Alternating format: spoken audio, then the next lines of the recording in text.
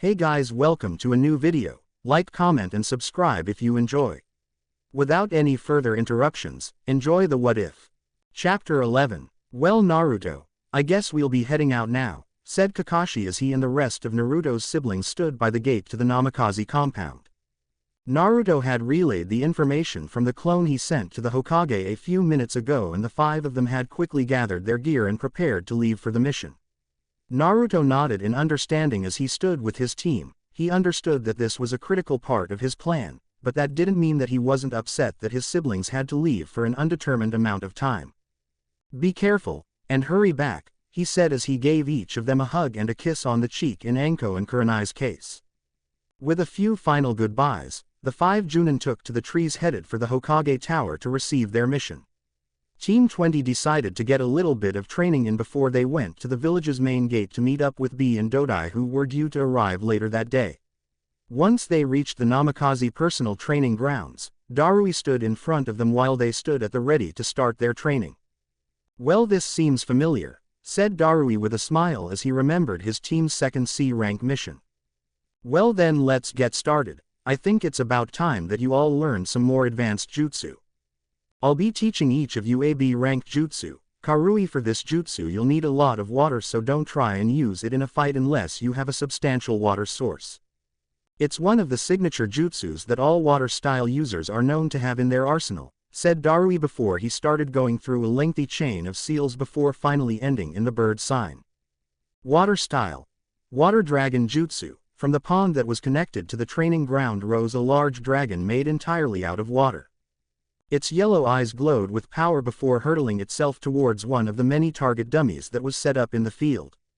The effects of the jutsu were instantaneous. The dragon clamped down on the target while the rest of its body crashed into the target, completely destroying it.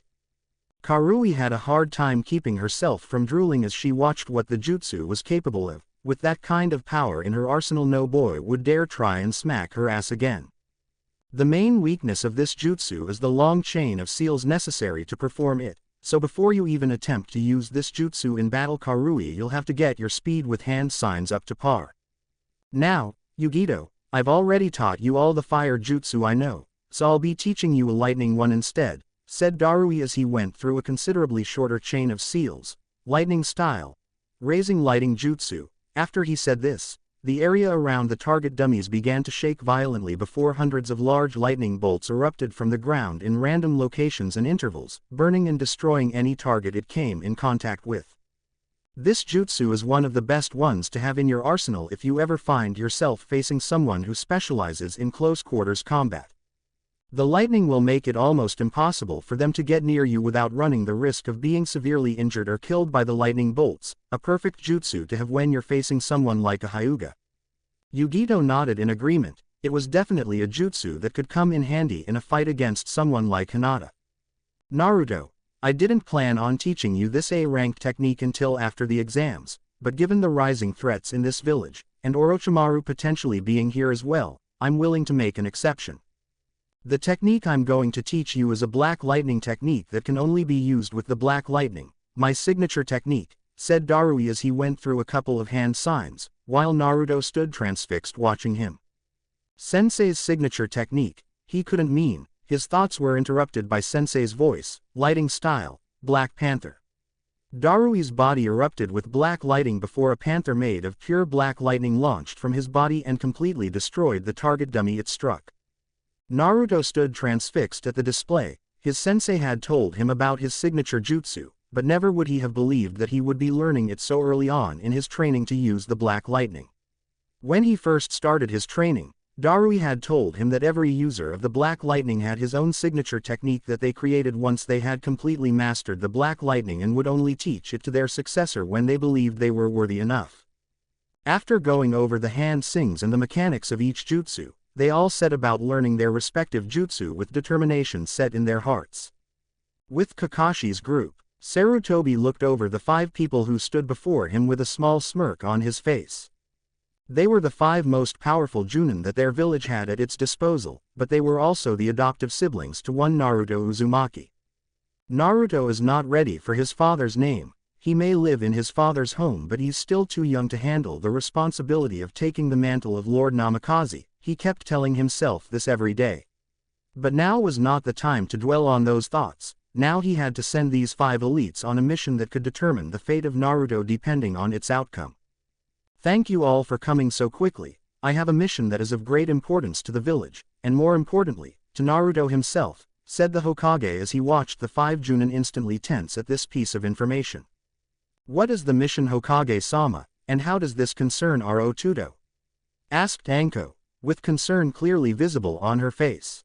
Inwardly though, she was mentally patting herself on the back for putting on such a great performance. I should get an award for this, she thought before returning her attention to the Hokage as he began his explanation. The mission is an S-ranked retrieval mission. The target is Aoi Rokusho. You are to kill him and retrieve the Raijin that he stole from the village. Even though Aoi is only an A-ranked Rouge ninja, the importance of the mission is what makes it an S rank. Naruto's plan cannot succeed without the Raijin. If we want him to return to the village unharmed and with all the knowledge that he is gathering, he must have the Raijin to make Kumo think he is working with them and turning against us, said Sarutobi as he handed Kakashi the mission scroll. That scroll contains the mission parameters in greater detail, as well as whatever info we have on Aoi. You leave immediately. This mission must be completed before the finals of the Chunin exams begin. With a chorus of, "Yes sir," the 5 Junin vanished in a swirl of leaves. With Team 20 1 hour later, our 3 favorite genin were currently practicing with the jutsu their sensei had demonstrated for each of them. Karui was standing in the center of the pond in the training ground soaking wet. She had been trying to get the jutsu down ever since her sensei showed it to her. So far she had managed to form a dragon, but it was only a few feet long, nothing near the monstrous size of the one her sensei had shown them. Cursing under her breath, she began going through the long chain of seals again, only to be met with another dragon barely 5 feet long. Yugito was bent over, her breathing labored as she took a short break to observe her progress with her new technique. All around her were small holes that were the result of her many attempts at the rising lightning jutsu. While she managed to make the lightning break the surface, she hadn't managed to raise it any higher than about 3 feet, with barely enough electrical energy in them to give someone a good jolt as a wake-up call. Wiping her forehead, Yugito stood back up before going through the hand signs again, with a cry of, "Lightning style! Rising lightning jutsu!" Multiple lightning bolts, about 2.5 feet tall, broke through the surface of the training ground. When the jutsu died down, she let out a frustrated sigh before beginning the chain of seals again, mentally thanking her large chakra capacity. Naruto, if it was possible, was even more frustrated than both his teammates combined. While he had managed to surround his body with black lightning, it was only for a few seconds before the lightning faded back to its natural bluish hue. While anyone else would consider this an amazing achievement considering the difficulty of the technique, to Naruto it was almost insulting. The fact that his sensei had deemed him worthy of learning his signature jutsu before he was even a Chunin was overwhelming to the blonde. That alone was more than enough motivation for him, but when you factored in the potential threat of Orochimaru, only someone with a death wish would try and interfere with the blonde's training. "Let's take a break for a while team, we need to go." Might be in Dodai at the gates, said Darui as his team begrudgingly stopped practicing their newest techniques and walked over to him.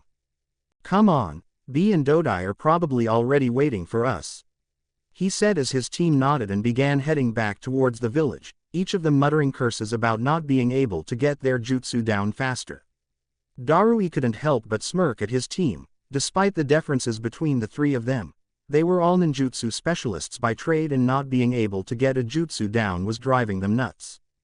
Walking through the village, Team 20 couldn't shake the feeling they were being watched. They knew it wasn't Konoha Anbu, and they knew they weren't being followed, but the uneasy feeling of someone watching them just wouldn't go away. With Hinata same time, Hinata stood on the roof of the main house in her clan's compound with her Byakugan activated and searching the village for her target. She had been trying to find him ever since her discussion with her father, and so far she hadn't been able to find any trace of him. At first she had thought that he might have left the village to return to Kumo and train for the finals, until her father told her that participants in the finals of the exams were not allowed to leave the village. When she found that out, she redoubled her efforts in trying to find the elusive blonde. While unintentional, the constant searching she did using her Byakugan had helped to increase her range of vision with her dojutsu. Today though, she had a feeling things would be different, that something was going to happen that would forever change life as her village knew it. Finally, she thought as a smirk crossed her lips, she had found her target. He was walking through the village square towards the gates with his team, and while she would prefer him alone, she would take whatever opportunity she could get. Jumping from the roof of her clan compound, she made her way towards Team 20 with every intention of walking away with a new boyfriend. With Team 20, the feeling of someone watching them seemed to only increase as they approached the gates. They were each preparing for a fight, when all of a sudden, Yugito's body went rigid and her hold on her boyfriend's arm tightened. Darui and Karui were worried. Not many things could cause Yugito to tense like this, especially with Naruto at her side, but when she did it usually meant something bad was going to happen. Naruto, while worried, was also on high alert. He knew Yugito's body language almost as well as his own. Whenever her entire body tensed it usually meant she sensed a powerful and threatening chakra coming towards them, but when her grip turned into a vice, it only meant one thing. Taking a sniff to confirm his suspicions, he smelled it, pheromones. Like the ones he had smelt coming off of Kiba in the prelims, these pheromones held no love, only lust. One drastic difference between these pheromones and the ones from the prelims was the fact that they were from a female, and a powerful one at that. Tightening his own hold on his girlfriend, Naruto tensed his muscles ready for anything, his sensei and teammate following his actions. They didn't have to wait long as at that moment, Hinata Hyuga dropped down in front of them with a smirk on her face. "Hello, Naruto-kun," she said in a seductive voice that had Yugito growling dangerously at the arrogant heiress. Hinata, seemingly ignorant of the danger she was putting herself in, walked or more like strutted closer to our favorite blonde shinobi. "I'm curious Naruto-kun, why would someone like you, who is heir to two of the most powerful clans in history, hang around no-name, clanless peasants like them?" asked Hinata as she wrapped her arms around Naruto's right arm and pressed it in between her ample B-cups. Karui and Darui tensed at this, not the intended insult itself, but they knew it would bring about. Glancing over at Yugito, they moved to interfere before it got out of hand, only to be stopped by a look from Naruto that showed he had the situation under control. Yugito was getting angrier by the second. This useless hussy had the nerve to call her boyfriend Naruto-kun, and now she wrapping herself around him like the slut she is. "I swear, if this bitch doesn't get away from my Naruto-kun, I'm going to rip her fucking chest off," thought Yugito as she fought to stay, and her tenant wasn't exactly helping. "That winch, if she thinks she can touch our mates like that then she has another thing coming. Yugito use my chakra and turn this slut into charcoal. Mata, as much as I want to, I can't just go demon on her because..." Yugito's thought were cut off when she heard the Hyuga whore talking to her boyfriend again. "I can understand you hanging around them out of pity, but why would you soil and degrade your name and date one of them? What does she have to offer you and your clan? She doesn't come from a prominent and influential clan and her skills as a kunoichi are pathetic. I on the other hand, am the heiress of the most prominent clan in Konoha. I was the top kunoichi in my graduating class, and not to mention I'm the most appealing girl in the village, while she's nothing but a flat-chested slut." Time seemed to slow down as Hinata continued talking. It stopped entirely with that last insult. Darui and Karui were scared out of their minds. First this arrogant heiress tries to wrap herself around Naruto with Yugito standing not a foot away, and now she just said the one thing that could set off the maelstrom that was Naruto Uzumaki Namikaze. Yugito's attempts at trying to stay calm shattered into a million pieces after Hinata finished her rant. "That's it, this bitch is going down and she's going down hard. Mata, give me everything you can, we're turning this whore into ash," thought Yugito as even her inner voice took on a demonic edge. "You got it kitten, kill that sorry excuse for a mate stealer," was her demonic tenant's reply before her system was flooded with Matabi's demonic chakra. Naruto was fighting the urge to cut Hinata into tiny little pieces. His anger had risen with every insult she directed at his girlfriend, but that last one was the straw that broke the camel's back. He was about to draw his blade when he felt the familiar demonic chakra of Matabi start to leak out of Yugito. Abandoning all thoughts of killing the arrogant Hyuga heiress, Naruto forcibly removed his arm from her grasp and wrapped both of his arms around Yugito before using Shunshin to get them both out of the area so he could focus on calming her down. With B and Dodai, the two elite Kumo Junin had been waiting at the main gate for Team 20 to meet them to start their training. They were just about to start roaming the village in search for them, when they noticed a familiar mop of blonde hair approaching them. Smiling at the sight of their favorite genin team, the two started towards them to meet them halfway. When they got within earshot of Team 20, they noticed that they seemed distracted, like they were trying to find something or someone. They soon realized the cause of their problem when a young girl about their age dropped down in front of Team 20. Even though they couldn't see her face, they knew that the young girl was a Hyuga just by the way she held herself.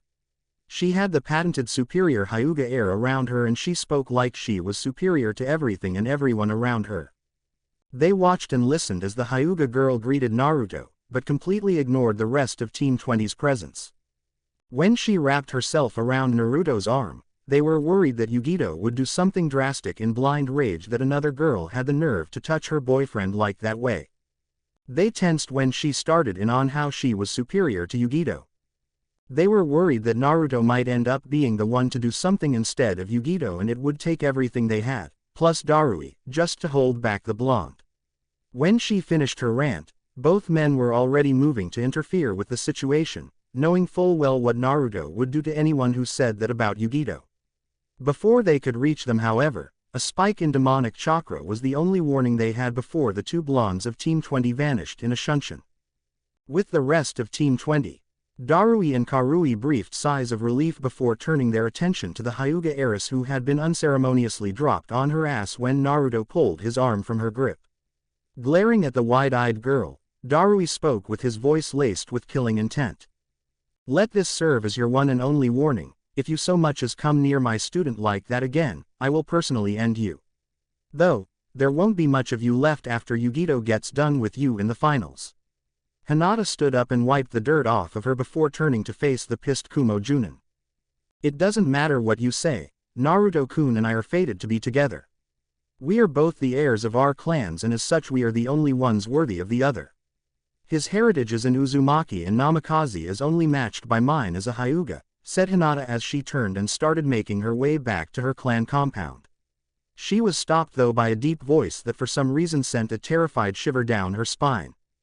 "I would heed Darui's words if I were you, girl. Heritage means nothing when it comes to love. Naruto and Yugito love each other with everything they are, and they don't take kindly to someone trying to separate them. They are the only thing that calm the other when one of them is truly pissed off, but when both them are pissed, nothing will spare you their wrath," said B as he and Dodai walked up to stand next to Darui and Karui.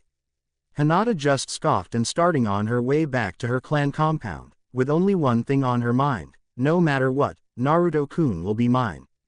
The group of Kumo ninjas sighed before Darui started leading them back to the Namikaze compound to wait for their favorite blondes to return, though that might not be for a while. Chunin Exam Stadium a month later. Team 20 stood facing the packed and restless audience that had shown up to watch the finals of the Chunin exams. With them were the rest of the genin that managed to pass the prelims. Gaara and Tamari hadn't changed at all over the month-long break. Gaara still wore his emotionless mask while Tamari had a confident smirk on her face. Shino was being the typical Aburame, calm, cool and collected even the face of such an important task about to take place. Like his fellow Konoha genin, Shikamaru was being the typical lazy Nara, somehow managing to doze off while standing and take a quick nap. Neji and Hinata were also being the typical stereotype that their clan was known for, though for different reasons. Neji was glaring at Hinata out of the corner of his eyes. It seemed he still held a grudge against her in the main house. Hinata was openly glaring at Yugito. Ever since their little meeting in the village, Hinata had made no other attempts at Naruto, but there was something in her eyes that told them that she had something planned. Sasuke was also glaring at a member of Team 20, though his attention was held by the lone shinobi of the team. It seemed Sasuke had found out how the seal that blocked his chakra got onto him and he wasn't too happy about it. Everyone's attention was drawn to the cage box as Hiruzen Sarutobi made his appearance along with two Anbu guards. Not long after the Hokage appeared, the cage made his own entrance along with his own guard. However, it was the last one that appeared that held everyone's attention. Soon after the cage took his seat, decided to make his own appearance along with B and Dodai as his guards. Cage box. Ah. Welcome Lord Cage, Lord Rakage, I hope your journeys here were pleasant, said Sarutobi as the other two Cage nodded in acknowledgement. Indeed it was Lord Hokage. I am very excited to see how these finals will play out, said the masked Cage. You're getting soft old man, by the end of these exams you will be dead and I will be one step closer to obtaining the Sharingan, thought Orochimaru from behind his veil. Lord Cage is right, these exams should prove to be very interesting indeed, said as he looked down at the arena to see all of Team 20 looking at him with determination in their eyes. Well, you brats managed to keep your promise about all of you being in the finals, now make me and everyone in Kumo proud by becoming Chunin, thought the Rakage before he turned to see the Cage about to speak.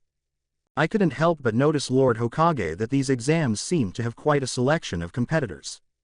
The heir to the Nara clan, the heir to the Aburame clan, the heiress of the Hyuga clan and the most powerful branch Hyuga in generations, and of course the last Uchiha, an interesting combination indeed. A frowned slightly, while he understood that his ninja weren't commonly known like the clans of Konoha, it still pissed him off when someone overlooked them because they don't have a prominent clan name. While I agree that there are many prominent clans represented here today, I also believe in the old saying a diamond in the rough. And I believe my village is being represented by 3 of them, said with a smirk at Team 20. Sarutobi had to suppress a smirk at hearing this. You young fool, if only you had the experience to see underneath the underneath. Think what you want right now, but in a few months' times you will learn the truth, he thought before standing to address the crowd that had gathered and begin the exams. Welcome everyone to the finals of the Chunin selection exams. Before we begin I would like to congratulate these young ninja on making it this far in the exams. Now without further ado, let the tournament begin. Once the Hokage finished the stadium erupted into cheers and applause. With Naruto's siblings. So Naruto's matches first, said Kurenai as she turned to face everyone else. Getting nods of agreement she turned back to the arena where the proctor, Genma Shiranui, was speaking to the genin. I wonder how he'll do against Neji, what do you think Guy? Guy had an unusually serious expression on his normally smiling face. Over the month-long break Guy hadn't had any contact with his team because of the mission they were on and because of the plans they had to come up with for leaving the village. Next to Guy, his mini-clone Lee also had a serious expression on his face. He had been brought in on the plan because neither Guy nor Naruto could stand to leave without him. Naruto will have a tough fight ahead of him. He may be more powerful than Neji overall, but Neji is called a genius of the Juken for a reason. I wouldn't put it past him to have something up his sleeve that not even his own clan knows of, said Guy as he watched the genin leave the field, leaving Naruto and Neji to fight the first round. Everyone nodded in agreement with Guy's analysis of the situation. They knew Naruto would definitely win, but the path to that victory would be a dangerous one. Well little brother, now's your chance to show everyone exactly what you're mad of, said Kakashi as he watched Genma getting ready to start the match. In the arena, all right. The 2 of you ready? Asked Genma getting a nod from both boys. Okay then, the first match Naruto Namikaze vs. Neji Hyuga, begin, shouted Genma before jumping out of the way. Neither of them moved, each staring the other down for what seemed like hours. The silence was finally broken by Neji, who spoke with his usual superior Hyuga tone, though it was laced with venom and hatred. Finally my chance to avenge my father has come. Once I defeat you the only one left to deal with will be my pathetic excuse of a cousin.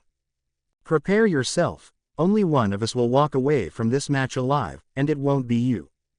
With that Neji activated his Byakugan and charged Naruto with only one thought, to avenge his father's death by killing Naruto. Said blonde immediately went on the defensive when he realized that Neji wasn't kidding. If the accuracy of his strikes and the places he was targeting were any indication, he really was trying to kill him. Naruto kept swerving in and out of Neji's strikes and redirecting those that he couldn't avoid. Deflecting another Juken strike to his chest he saw an opening in Neji's guard and took it. Grabbing onto his opponent's wrist, Naruto pulled him in closer and delivered a massive knee to his stomach. Releasing his hold on him, Naruto jumped back to get some space between them before going through some hand signs. Wind style. Gale palm jutsu, said Naruto before thrusting his right palm out towards Neji, sending a violent gust of wind at the gasping Hyuga. Forcing himself to move despite the pain in his stomach, Neji barely managed to avoid getting struck by the attack, Righting himself, Neji slipped into the opening stance of the Juken and waited to see what Naruto's next move would be. It seems he's more skilled than even I gave him credit for, but I have figured out most of his skills. He has an affinity for lighting and wind-style jutsu, and large chakra reserves since he doesn't even seem the least bit drained from using so much in that last attack of his. I have to keep him from drawing his ninjutsu. If the technique he used in the prelims is any indication, he can easily defeat me if he were to use it. But I have the advantage in taijutsu. If I can manage to get him within my field of divination, this match will be over, thought Neji with a smirk before charging at Naruto once more. That took a while. He must have been analyzing my attack style. Too bad for him, he hasn't even seen half of my skills, thought Naruto as he started dodging the lethal strikes of the Juken once again. Oh well, enough playing defense, time for some fun. Jumping out of Neji's range, Naruto made a familiar cross-hand sign before 3 clones appeared beside him. Smirking as one, the 4 Narutos vanished in an impressive burst of speed only to reappear surrounding Neji on 4 sides. Going through hand signs once more, the 4 blondes finished in unison before launching their attacks at the Hyuga prodigy. Lightning style. Black lightning STR. Ike. Arms arcing with black lightning, Naruto and his clones raised their arms and 4 bolts of the lethal lightning shot at Neji, who seemed frozen in fear of the attack, no doubt remembering its effects from the prelims. Shaking off his temporary shock, Neji was forced to reveal one of the techniques he had learned over the month. Expelling chakra from every point on his body, Neji began rotating in place, forming a dome of chakra around him. Rotation, came the voice of Neji as the crowd watched in awe as the 4 bolts of lightning collided with his defense, causing a massive explosion to rock the arena. Everyone held their breath as they waited for the smoke to clear, only for it to reveal Naruto and Neji standing across from one another, unmoving. Despite being a branch Hyuga, you're able to perform the so-called ultimate defense of the main family. I must admit, I'm mildly impressed. You must have worked hard to achieve that technique, but you still won't win this match, said Naruto as he gazed into the glaring eyes of Neji's Byakugan. Said Hyuga's scowl depended when he heard this, causing the veins around his eyes to bulge more. It doesn't matter what you say, fate has already decided the outcome of this match, and it shall end with your death. Screamed an enraged Neji before he slipped into a strange stance, crouched slightly with one arm out in front of him with the other raised behind him. You are in the range of my divination. With Hiashi and the Hyuga elders.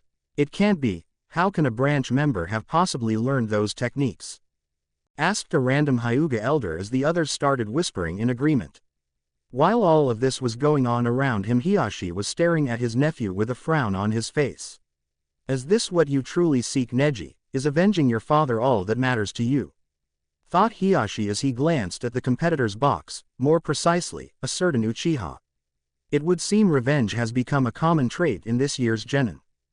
With Naruto's siblings, Naruto is in trouble if this attack hits, said Guy as he watched the fight with a growing frown on his face. How could I have missed Neji's thirst for revenge so easily? The signs were all there and yet I never noticed. It seems Kakashi wasn't the only one who had an Avenger on their squad. What do you mean, Guy? What is that attack? Asked Anko as she glanced at her little brother, worry evident in her eyes, before turning back to Guy as he began to explain. The stance Neji took as the opening stance for one of the Hyuga clan's most feared techniques, the 8 trigrams, 64 palms. The technique attacks the 64 most vital chakra points on the body and closes them off. If Neji lands this attack, then this match will be turned into a pure taijutsu brawl, putting Naruto at a major disadvantage. This is, if he can even stand after the attack, said Guy in a somber tone. Everyone else turned shocked and slightly fearful eyes back to their favorite blonde shinobi. Come on, Naruto, I know you can pull this off, thought Darui as he watched his successor prepare for the attack. In the arena, Naruto didn't have time to react before Neji was on him and launching a barrage of strikes at his body. With a cry of, 2 palm, he felt 2 of his chakra points being closed off. 4 palms, said Neji as he continued his attack, 8 palms, 16 palms, 32 palms. Neji's hands were a blur as he began the last part of his attack. Thrusting his palm into Naruto's chest, Neji smirked before calling out the end of his attack, 64 palms. Naruto was launched back into the wall, causing a large cloud of dust to erupt from the point of impact, obscuring his body from view. Chapter 12. Everybody held their breath as they watched the smoke from the impact slowly dissipate. Naruto's siblings were worried. No matter how strong he was, that attack would take a lot out of him. "Come on Naruto, please be alright," was the collective thought of the Junin in Naruto's corner. Karui was concerned. She knew that her teammate could take hit, but that last attack was pushing it. Glancing over at her female teammate, she was surprised to see the girl casually leaning against the rail while staring intently at the part of the wall Naruto was launched into. Raising an eyebrow, she turned to look at where their teammate had been launched and had to stifle a gasp at what she saw. "Cage box. No, Naruto," screamed Sarutobi in his head as he watched the limp form of the person he thought of as a grandson slowly appear as the smoke dissipated. Turning slightly so he could judge the Raikage's reaction to this turn of events, he was horrified when he saw a smirk on the face of the Raikage and his guards. "They don't even care if he's alive. Those bastards will pay for this." Watched as the smoke cleared slowly, revealing the form of his most promising genin. Smirking at what he knew was coming next, he had one last thought before turning his full attention back to the fight. The looks on everybody's faces are going to be so priceless. In the arena same time, Neji was smirking at the results his attack had caused. "If he somehow survived that attack, then he'll be a sitting duck for me to finish." As the smoke finally cleared, the sight that greeted Neji only served to increase his smirk. There in the center of a small crater in the wall, half of his body embedded into it, was a bruised and bleeding Naruto. His arms were covered in tiny red spots, indicating where Neji's strikes had closed off his chakra points. Blood dripped from the corners of his mouth onto his chest. His black sleeveless shirt looked eerily similar to the one that he was wearing when Bee and Darui found him all those years ago. His torso was covered in numerous dots like the ones that littered his arms, and in the center of his abdomen, visible for all to see, was the familiar seal that held Kurama inside of him.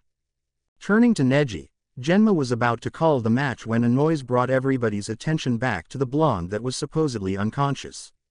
Slowly lifting his head, Naruto smirked at Neji's shocked face before pulling himself out of the wall and collapsing to one knee. Breathing deeply, Naruto spit out the blood in his mouth before ripping what was left of his shirt off, drawing blushes from many of the female population present. Righting himself, though wobbly, Naruto brought his left hand up into a half-ram sign to help focus his chakra. This movement seemed to snap Neji out of his shocked stupor as his eyes took on the superior Hyuga look again. "It's useless. I have blocked your main chakra points. Your chakra is useless to you," said Neji with a confident smirk. Said smirk was replaced with a frown when Naruto grew one of his infamous fox smirks as wind started to whirl around him. Everyone was forced to cover their face as the wind around Naruto started to get faster and faster. The civilians watched in awe, while the shinobi watched in shock as red chakra slowly spread over the young blonde's body. The red spots all over his body started fading, as his chakra points were reopened by the force of the chakra moving through his system. Neji had his Byakugan activated and watched in shock as Naruto's chakra points were reopened by the fiery red chakra that spread throughout his body from the seal on his stomach. "Duh, that's impossible. Where is this chakra coming from?" thought Neji as a fox head formed from the red chakra appeared over the boy's body. "Wah, what is he?" thought Neji in fear as he saw all of the wounds and damage his attack had caused heal almost instantly as the amount of the red chakra in the blonde's system kept rising. Naruto's features started to turn feral as his cloak formed with one chakra tail swinging behind him. His nails lengthened into claws, while his canines elongated into fangs. His whisker marks deepened and his hair became even spikier than it normally was. Opening his eyes drew gasps of shock, recognition, but mostly fear, from the citizens and shinobi of Konoha. They knew those eyes all too well. They were the eyes that haunted the nightmares of everyone who had seen the Kyuubi's attack 13 years ago. The eyes combined with the familiar feeling of death and bloodlust that filled the air was enough to force many of the civilians to faint from fear, while the shinobi fought to remain still in their seats. With the Hokage, there's no mistaking it, this is the chakra of the nine-tailed fox. But when did Naruto learn to harness its power? Thought Sarutobi in shock as he watched Naruto do what should be impossible, control the chakra of the most powerful Biju in existence. In the arena, "Don't even think of calling this match Proctor," it's just beginning, said Naruto with a demonic edge to his voice. Genma had to fight the urge to run at the sight of the boy, but hearing him speak in that voice was too much. Giving a quick nod in acknowledgement, Genma shunshined to the top of the stadium wall, well out of reach of the two genin. Now then, you had your shot, now it's my turn. With that, Naruto vanished from sight, only to reappear with his foot buried in Neji's abdomen. Said prodigy was sent rocketing backward at speeds that impressed even Guy, but before he could do anything to recover was sent rocketing towards the sky with a solid kick to the chin from the Kyuubi-fied blonde. Naruto again vanished from sight and reappeared a little above Neji before bringing his leg up and sending Neji plummeting to the unforgiving earth with a massive axe kick to the stomach. The stadium shook with the force of Neji hitting the ground. Many of the shinobi thought the match was over and that Neji was most likely dead with the amount of force he hit with. Naruto landed a ways away from the small crater that had formed upon Neji's impact. Noticing movement out of the corner of his eye, Naruto turned a cold glare on Genma, who froze in fear at the look he was getting. Naruto shook his head to stop the man from interfering, and to let the match go on. Genma's worry soon turned into shock when he saw Neji standing in the middle of the crater panting. No one could believe what they were seeing. Neji had somehow survived an attack that would have killed any other man on impact. Silence overcame the stadium, with the only sound being that of Neji's panting. The silence seemed to last an eternity until it was broken by the demonic voice of one Naruto Namikaze. Impressive use of the rotation, Neji, said Naruto as realization took place of shock on the face of every ninja in attendance. With Naruto's siblings, I'll admit one thing about that Hyuga brat, he's clever, that's for sure, said Darui as he watched his only male student stare down the prodigy of the Hyuga clan. Yeah, the kid sure earned his title as a genius with that move, said Anko as she smirked at the form of her little brother. Damn, with a body like that I bet he's a lady killer back in Kumo, am I right? She said with a wiggle of her eyebrows. Chuckling softly under his breath, Darui met Anko's eye before smirking slightly, causing an almost unnoticeable blush to spread across her face. You have no idea, he's got his own club of fangirls that follows him around. In the arena, I think it's about time we end this little match of ours, don't you? Said Naruto as he held out his right hand and started to concentrate his regular chakra into it.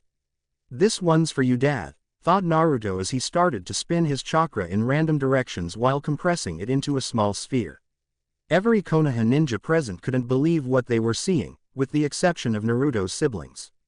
In Naruto's hand was the ultimate jutsu of shape manipulation, one of the prized techniques of the fourth Hokage himself, the Rasengan. Naruto launched forward with the deadly jutsu in hand, with the full intention of blowing Neji into the opposite wall. Seeing the oncoming attack that would surely kill him where he stood, Neji pulled on every last bit of chakra he had in him and began rotating again. Time seemed to slow as the two rotating techniques drew closer, one defensive the other offensive. When the two finally met, they seemed to be evenly matched at first, until the wild rotation of the Rasengan began to take over the chakra dome. Neji's screams of pain could be heard all throughout the village as his own chakra began to spin wildly around him, cutting into him in random locations. This continued for a few seconds before the technique began to die down. The sight that greeted them had most of the civilians vomiting up their last meal while the ninja present grimaced. Lying in a pool of its own blood was the mangled body of Neji Hyuga.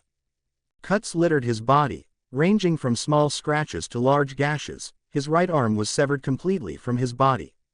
Two large gashes forming an X on his chest were spilling his blood like a river, making his complexion pale drastically as time went on. Genma had already called for medics when the two attacks met and had shunshin next to Neji's body to check for a pulse. Finding none, the special Junin sighed before he stood up to address the crowd. Winner by death. Naruto Namikaze. Silence reigned after Genma's announcement, only to be broken by the sound of clapping coming from Naruto's siblings and teammates. Letting his chakra cloak recede, Naruto made his way up to the competitor's box, eager to get his reward his girlfriend promised him for winning his match. Cage box. Sarutobi sat transfixed at the sight before him. If he thought watching Naruto kill in the prelims shook him, that was nothing compared to what he was feeling now. There were drastic differences between Naruto's kill in the prelims and his kill just now. First was that in the preliminaries the kill had been clean and efficient, there was no blood then and young Sai had died instantly. Now though, Naruto had killed his opponent slowly and painfully, using Neji's own chakra to cut into his body repeatedly and cause unimaginable amounts of pain, while simultaneously prolonging the poor Hyuga's agony. The second thing was that Sai had been an unknown from the academy, no family to speak of and no one close enough to the boy to consider a friend. Neji, while albeit the branch house, was from the Hyuga clan, the most powerful clan in Konoha at the moment. While they couldn't do anything to attack the boy legally, he knew that when Naruto returned to the village, he would be resented by the branch members. With Naruto's siblings, well, that's one target down, 2 to go, said Kakashi as the other Junin nodded in agreement. It looks like your plan is going smoothly, little brother. Let's just hope your clones can complete their part of the plan in time. True, but don't forget that other 2 will not be so easy to remove. The Uchiha is the last of his clan that is loyal to the village, and most of the Konoha citizens would rather the village be destroyed than give up their almighty Sharingan, said Darui with sarcasm clear in his voice. Guy and Lee couldn't help but chuckle at that comment, being the only 2 people in the village that knew how to negate the ocular attacks of the Sharingan allowed them to see all of the flaws in the so-called legendary dojutsu. Also, I have a feeling that the Hyuga heiress will be a pain in our side for a long time to come, said the laid-back Junin as he watched Genma call down the Uchiha and the Aburame for the second match. I still don't like this part of the plan. There are too many things that could go wrong, not to mention the fact that if this part succeeds then Naruto and Yugito will be made major targets in the eyes of the Konoha shinobi, said a worried Kurenai as she glanced over at the competitor's box and saw her little brother talking quietly with his teammates. I feel the same, Kurenai, but we have to believe in Naruto. Don't forget what he told us after we got back from our mission, said Anko as she wrapped her arm around her best friend and tried to comfort her. I know, Anko, but I still can't help but worry, said Kurenai as she thought back to the night a few days ago when Naruto explained how the final phase of his plan was going to happen. Flashback 3 days ago, how'd things go on the mission? Asked Naruto as he sat across from his siblings with his teammates on either side of him. Kakashi and the others had just returned from their mission to track down and eliminate Aoi Rokusho and to return the Raijin to Naruto. Judging by their appearances, things had gone relatively smoothly. Kakashi looked a little disheveled with a few nicks and scratches along his arms. Guy's spandex suit was burnt in a couple of places, showing where Aoi had come close to getting in a couple of strikes. Kurenai and Anko were relatively unharmed with only minor scratches here and there. Hayate, on the other hand, was covered in larger scratches and he had some minor burns on his hands and arms, most likely from where he crossed blades with Aoi. Fairly well. It took us a while to track Aoi down, and after we managed to find him, he took off the second he got word of Konoha ninja in the area. We followed him for a few more days before we finally caught up to him at the border of grass country and rain country. He put up a good fight, considering he was outnumbered 5 to 1, but Hayate managed to disarm him, literally, and finished him off with a stab to the heart, said Kurenai, causing Hayate to blush a little at the praise. Naruto raised an eyebrow at this, before turning to wink at his teammates with a smirk on his face. If those 2 get together, I might be an uncle before I turn 15. So I take it you retrieved the Raijin? Naturally, said Kakashi before he unclipped one of the slots on his vest and pulled out a small sealing scroll and tossing it to Naruto. Unrolling the scroll, Naruto quickly released storage seal, revealing the one and only Raijin.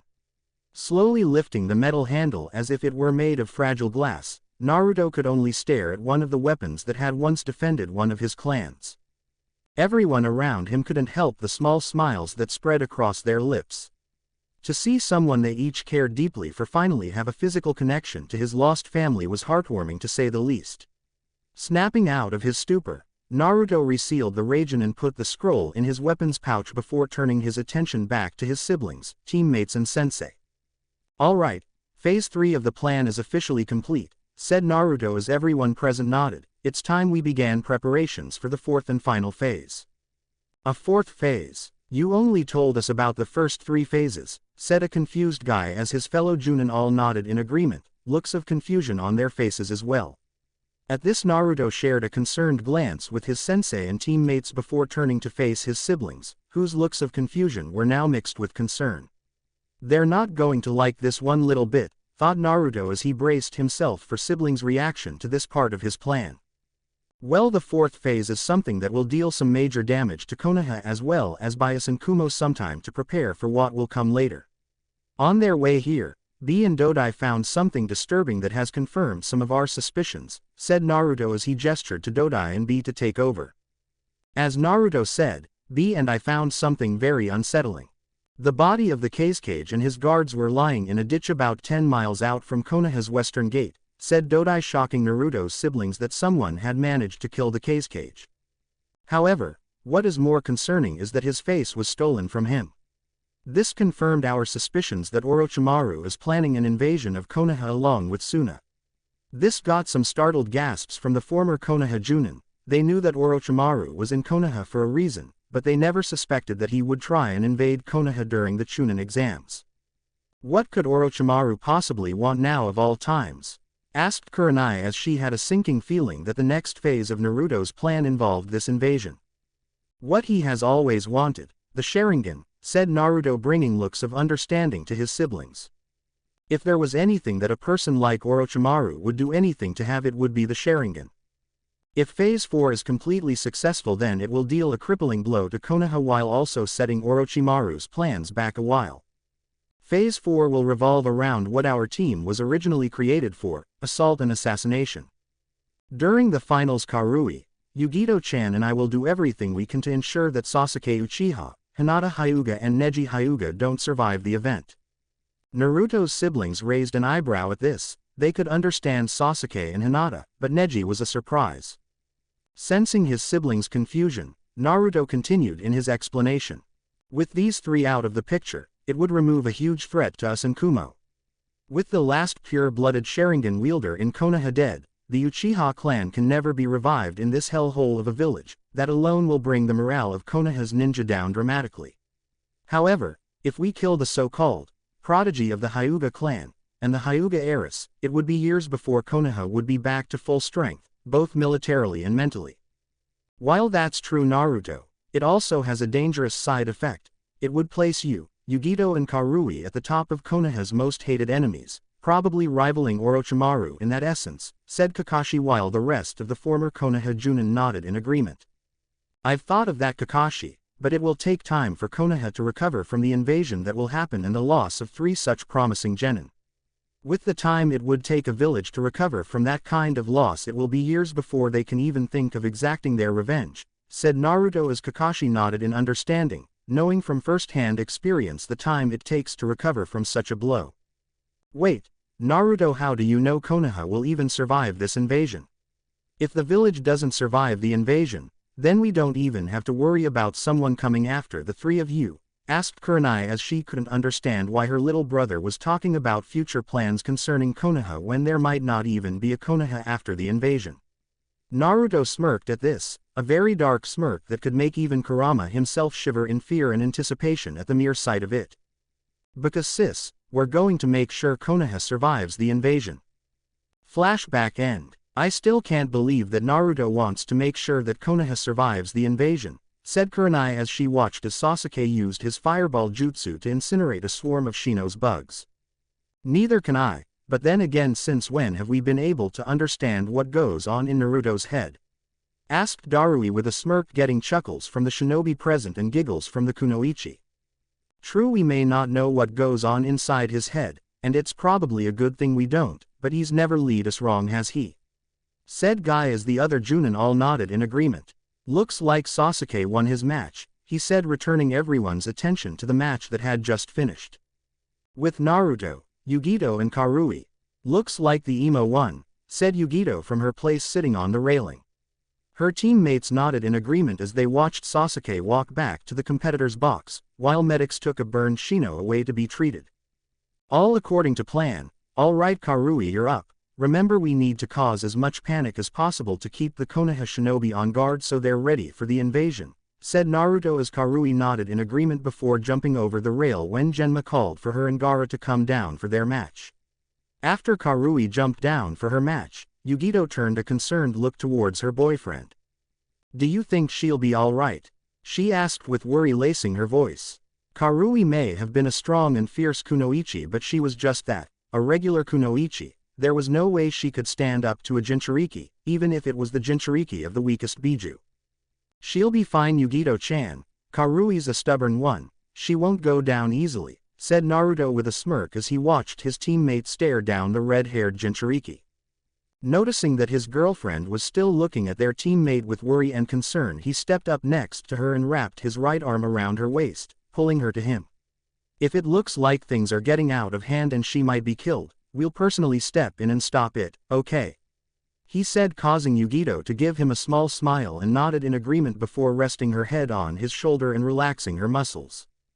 In the stands, Lord Orochimaru said he wanted to start the invasion during the Aikibi's match, but he was hoping it would be against the Uchiha, thought a disguised Anbu as he glanced over at the cage box, specifically at the disguised cage.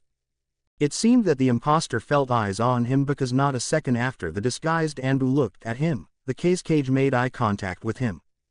Taking this as a sign to begin, the Anbu was about to place his genjutsu on the crowd before the cage moved his hand slightly, signaling him to hold off on placing the genjutsu. What could Lord Orochimaru be waiting for?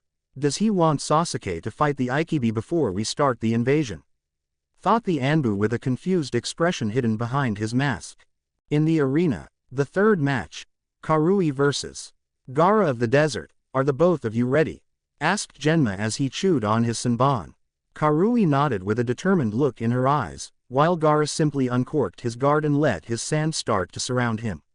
Raising his arm, Genma brought it down before jumping back out of the way of the two genin. Begin. Gaara didn't waste any time and immediately sent his sand at Karui, planning on crushing her into oblivion before she had a chance to do anything.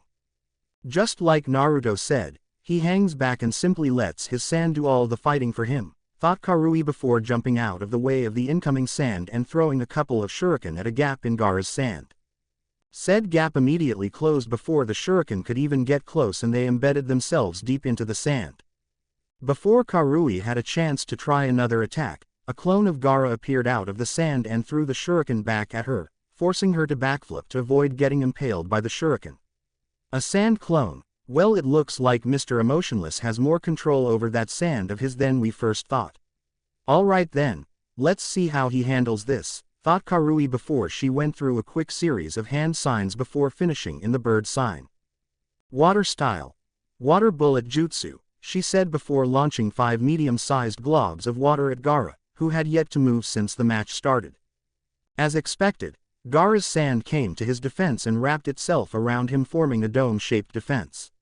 Now, just before the water bullets were going to impact the sand dome, Karui cut the flow of chakra holding the water together and watched as the water soaked the sand. Said dome defense fell and launched itself at Karui once again, only this time at a slightly slower speed. With the Junin, clever girl, said Kakashi as he watched the sand continue its assault on Karui, who kept dodging and occasionally throwing a few kunai or shuriken. What did she do that's clever this time, Kakashi? Asked Hayate as he turned to look at his cycloptic brother. The rest of the Junin all turned to him for an explanation, all except Darui, who had a smirk on his face as he watched his student do battle against the Shukaku Jinchuriki. Something similar to what she did in the prelims when she immobilized Masumi, but instead of pushing lightning-based chakra out of her body, she pulled the chakra she was using to hold the water bullets together back into her body, causing the jutsu to collapse and the water to lose form and soak a good portion of the sand dome.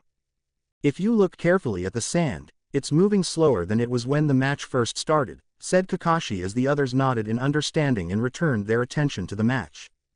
With Naruto and Yugito. Good job, Karui, just a little longer, said Naruto quietly so only Yugito could hear him. Lifting her head from her boyfriend's shoulder slightly, Yugito turned to Naruto with a smirk playing on her lips. When do you think she'll forfeit and reveal what Gaara really is to everyone? She asked before turning back to watch as their teammate fired a few more water bullets and again cut the chakra flow to them before they impacted with Gaara's defense. She'll most likely do it after she lands a direct hit on Gaara. From what Kurama and Matabi told us, Shukaku doesn't like it when his host is injured, and whenever they are injured he starts pumping their system full of more and more of his chakra, causing them to lose whatever sanity they have left and just kill. When that happens, that's when we'll step in and flare Kurama's and Matabi's chakra to scare Shukaku off from attacking Karui, said Naruto as he watched Karui dodge the sand attacks from Gaara, which were moving at about half the speed they were when the match started. Cage box. It seems that your young Kunoichi is having a little bit of trouble with her opponent, said Sarutobi with a small smirk as he faced the young Raikage. Said Shinobi looked at the aged Cage with a frown that quickly turned into a smirk, causing Sarutobi to frown. No, she's not, she's just testing the waters, so to speak, but once she's ready you'll see what a real Kunoichi in training is like. Not like those Uchiha fangirls I've heard about that were supposedly two of the top Kunoichi in this year's class, said A with his smirk growing at the end and causing smirks to appear on B and Dodai's faces as well. The old Hokage's frown only deepened when A mentioned that, as he took it as an insult to their village's ability to train future ninja. The Cage, who had remained quiet throughout the conversation, was staring intently at the match as it progressed. It seems this Karui is more talented than I first thought. I better make sure she and her team don't survive the invasion. They could prove to be a problem later on down the line, thought the phony Cage as he discreetly signaled one of his guards to relay a command to the invasion force: eliminate all Kumo ninja in the village. In the arena, what's happening? Something doesn't feel right, thought Gaara as he continued to direct his sand to attack the elusive Kumo Kunoichi. Said Kunoichi flipped over another wave of sand and sprinted up the stadium wall before launching a volley of kunai at Gaara. As expected, the sand came to Gaara's defense, but this time at a much slower speed, allowing for one of the kunai to graze Gaara's left cheek. Time seemed to freeze for a moment as those that knew Gaara watched with shocked expressions that somehow had actually pierced his ultimate defense. However, instead of blood dripping from the cut, sand started to leak out. What is that? Some kind of armor? Thought a shocked Karui. Well, this changes things, she thought before she drew her katana and charged her lightning chakra into it, and shaping it into a small serrated edge along the blade. Well, let's see how this works, thought the fiery Kunoichi before she jumped from her place on the arena wall and slashed at the stationary form of Gaara. Kumo style. Lightning saw, she said as she launched a flying saw of pure lightning chakra at Gaara and watched as his sand once again came to his defense. Although, instead of catching or blocking the attack, like everyone expected, the electric field surrounding the saw arced and immobilized the sand defense. With the sand defense virtually useless, the lightning saw easily cut through the sand that had managed to surround the stunned Gaara and continued on its deadly path towards the Ikibi Jinchuriki. Gaara stood stunned that his defense had failed him for a second time that day. He was so stunned that he just barely managed to avoid the lethal attack, though he didn't get away unscathed. Landing on the other side of the arena, Gaara cradled his now useless left arm. From his wrist to his shoulder an large, cauterized gash was clearly visible for everyone to see. Gaara himself stared at his arm with complete shock at being injured. A single drop of blood fell from the injury and landed in his hand. Bringing his hand to his face, he stared at the red liquid in disbelief. What is this? He thought in shock. Blood, my blood. Suddenly the arena became enveloped in a feeling of death and destruction as Gaara got a crazed look in his eyes and his sand began to swirl around him at increasing speeds. Blood, my blood, he roared, his voice taking on a demonic edge as his sand began to envelope him in a cocoon. Now, thought Naruto and Yugito before they blurred from the other genin's sight and appeared in front of Karui before they were both covered in their demonic cloaks. All life seemed to stop as the village was bathed in the demonic aura of not one, but three of the Biju, one of them being the strongest one in existence. The civilians had felt uneasy with the demonic aura of Shukaku alone, but when they felt the familiar aura of death that only the Kyuubi could produce, combined with a third aura, they immediately passed out. The ninja that were in attendance were fighting with everything they had not to pass out, while those that had witnessed and fought in the Kyuubi attack were shaking with fear. Cage box. That girl, she's a Jinchuriki too, thought the Hokage in shock as he watched his grandson and the Kumo slut flare the demonic chakra that could only belong to a Biju. Taking a quick glance at his fellow Cages, Sarutobi was surprised when he saw their reactions. The Cage was shaking slightly with his eyes wide in surprise, although if one looked close enough they could see the faint outline of a smirk behind his veil-hidden face. A himself was smirking at the scene going on in the arena, with his bodyguard smirking along with him. What could they possibly find entertaining about this situation? Thought Sarutobi as he stared at the three Jinchuriki down in the arena. In the arena. That's enough, Shukaku, said Naruto with his voice on a demonic edge of its own. Gaara looked at the two people in front of him in surprise before he was enveloped in his own demonic cloak, with his eyes turning a gold color with a star pupil and 4 black dots around it.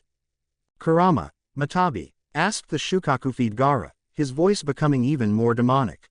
Yes, Shukaku, said Yugito before she turned a harsh glare on the red-haired host. Now would you care to explain why you are trying to kill our teammate?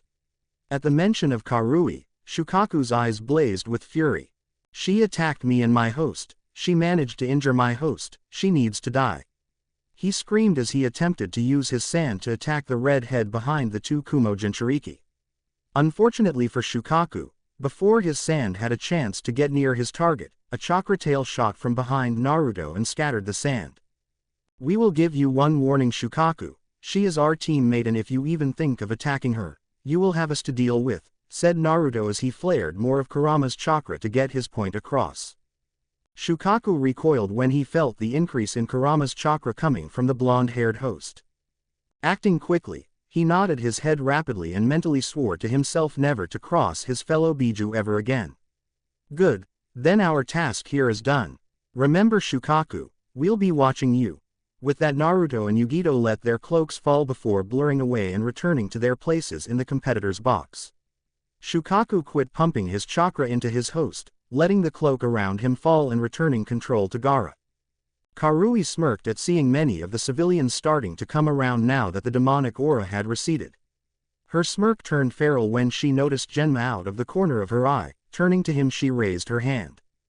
Proctor, I forfeit. There's no way I can hope to stand up to someone who holds a Biju inside of themselves. The second she said this, looks of shock appeared on Genma's and Gaara's faces as well as the faces of everyone in the stands. Genma barely managed to nod his head and declare Gaara the winner before all hell broke loose in the stands as civilians began cursing Gaara for existing, while the ninja present were doing everything they could to keep the civilians from causing any more trouble than they already were. While all of this was going on, no one noticed the smirks that appeared on the faces of all the Kumo ninja as they enjoyed the show that was going on. All according to plan, was the simultaneous thought that went through each of their heads as they readied themselves for the invasion that was just on the horizon. Thank you for watching. If you enjoyed the video, be sure to like, comment and subscribe as well as checking out the author on fanfiction.net.